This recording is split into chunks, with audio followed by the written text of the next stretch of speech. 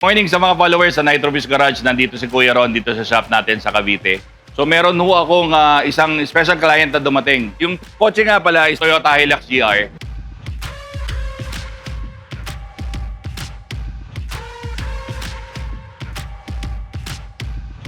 Ngayon, yung client natin, walang iba kundi si Bossing Rich Potato. Ayan. Bossing, Hi guys!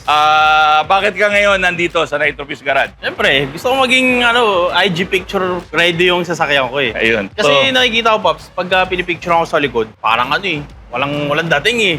Tsaka wala siyang tunog. So dinala ko dito, syempre, pag exhaust ng pag-uusapan, Nitro Fuse Ayun. na pinagkakatiwalaan ko dyan, bossing. So yun, balak ni Bossing magpa-full exhaust talaga. So patulugin yung kotse, katulad ng sabi niya, tapos medyo pogi-pogi yung dulo-dulo nung exhaust niya rito. So yan ang gagawin natin sa araw na to. Salamat nga pala sir sa pagdalaw niyo ulit. May mga nagawa na akong project sa kanya before. Ngayon, diesel naman. Ba't nga pala Okay, no? diesel? Wala eh. Testing yun. Ay, sawa na sa kotse? Sawa na sa kotse. Ayun. Sa likod eh. Pero matagal ka nang may diesel, di ba? Yung Pajero mo Fortuner dati. namin. Yung Pajero. Ay, Pero Pajero. kasi yung Pajero, parang pogi siya pag all stock. Kaso kasi pag modelo, Iba. pagka-clean, iba yung dating eh. Okay. So first time nag-road ng Hilux. First time.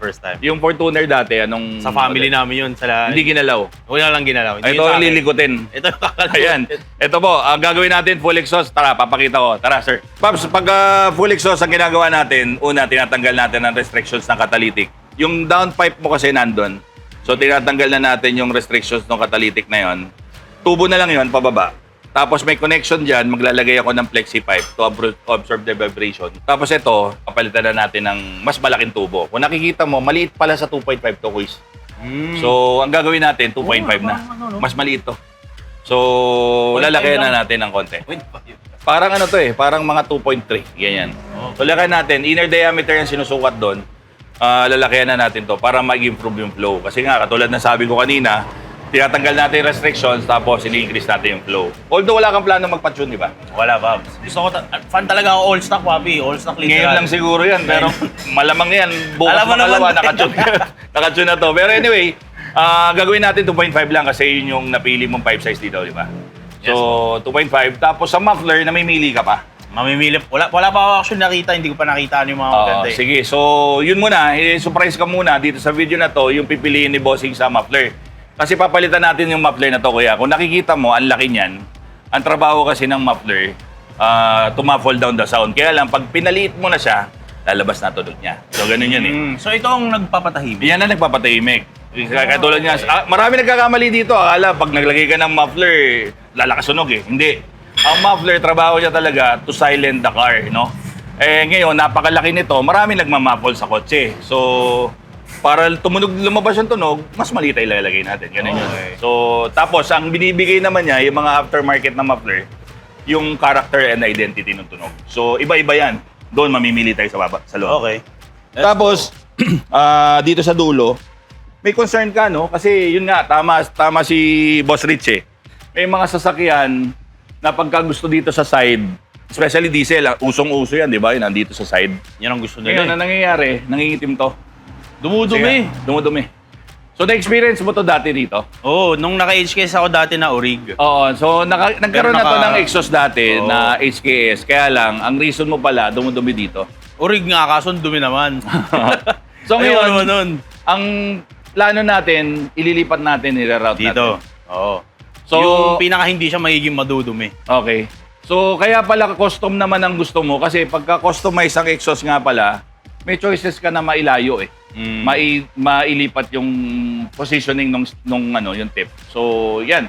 Yun ang gagawin natin. Medyo i-edit na natin yung tip kung saan mo gusto ilagay. So, mamaya na lang. Mamimili pa si Bossing ng tip niya. So, ito na yung project natin ngayon.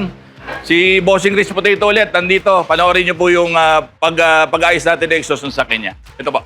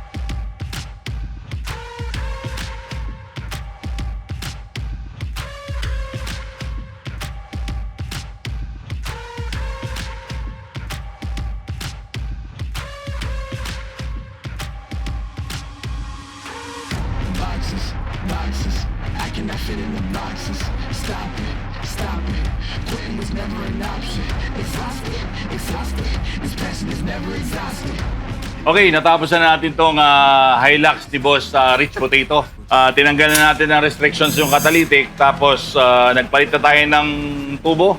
So, 2.5 inches, 5 size diameter yung nilagay natin. So, kanina nag-iisip pa kami kung ano yung ilalagay. Spitfire Thunder yung ilalagay namin dito para medyo agresibo rin yung tunog niya. May request si Bossing, no? Ayaw niya nung nakalitaw yung tip kasi nga dati naka-HKS tip siya, tapos dumudumi yung part ng side niya. Sabi niya, ayaw niya nang maulit yung ganong senaryo. Naka-single exhaust tip na lang kami na nakayuko rito. So, yan na yung ating nagawa sa araw na to. Panoorin natin ngayon yung comparison video nung stock pa yung exhaust, tapos yung nakagawa na yung full exhaust niya using Spitfire products, Spitfire muffler, tsaka itong Borla tip sa dulo. Panoorin po natin.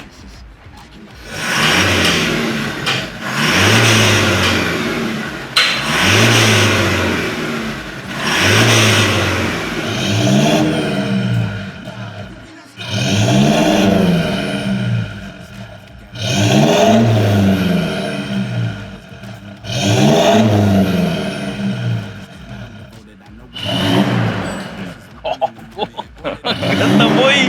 Oh, di ba? Macho yung tunog, no? Yun, no, yun, no. Yun yung difference niya pag kami. Parang mag-iba tayong tunog, no? Parang mas maganda ba yung Magkaiba sa rin akin? ng kotse eh. Kaya parang mas maganda nga rito eh. Doon kasi hindi mo ma-appreciate. Pero siguro iba rin Maganda, talaga no? kasi magkaibang kotse eh. Mahaba niyan, magkaiba eh. Ay, oo nga, no? Di ba? Yun yung ano, yung yun yung difference niya. No? Okay sa'yo? Ganda, boss. Ganda.